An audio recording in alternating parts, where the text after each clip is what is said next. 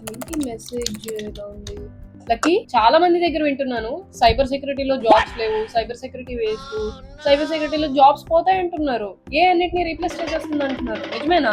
నువ్వేమంటావు దీనికి? 2026 లో రీసెంట్ గా ఏం జరిగిందో తెలుసా మీకు? ఒక పాపులర్ హాస్పిటల్లో 1.8 మిలియన్ పేషెంట్స్ డేటా బ్రీచ్ అయింది. Finger prints, biometrics, medical records అన్ని లీక్ అయ్యాయి. 2026 లో లార్జెస్ట్ హెల్త్ కేర్ బ్రీచెస్ లో ఇదొకటి. ఏప్రిల్ 2026 ఒక్క 1 మంత్ లో పెద్ద పెద్ద కంపెనీస్ అన్ని కూడా హ్యాక్ అయ్యాయి. గవర్నమెంట్ నుండి ఎంటర్ప్రైజ్ వరకు ఒక్క సేఫ్ ప్లేస్ కూడా లేదు. ఒక బ్యాంక్ హ్యాక్ అయ్యి 2,50,000 కస్టమర్ డేటా స్టోల్ అయింది. Social security numbers, mortgage details అన్ని పోయాయి. ఇలా అటాక్స్ జరుగుతుంటే రోజు రోజుకి సైబర్ సెక్యూరిటీ ప్రొఫెషనల్స్ డిమాండ్ తగ్గుతుందంటారా, పెరుగుతుందంటారా?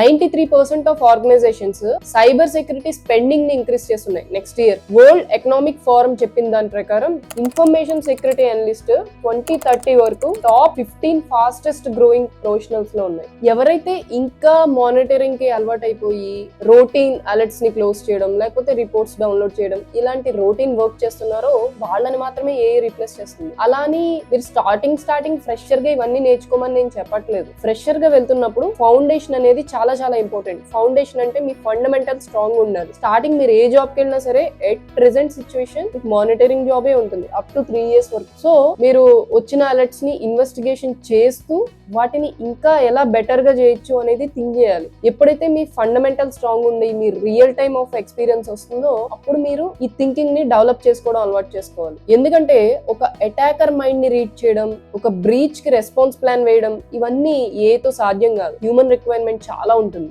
ప్రపంచం మీకోసం వెయిట్ చేస్తుంది. మీరేమంటారో కమెంట్స్ లో చెప్పండి, మాట్లాడుకుందాం.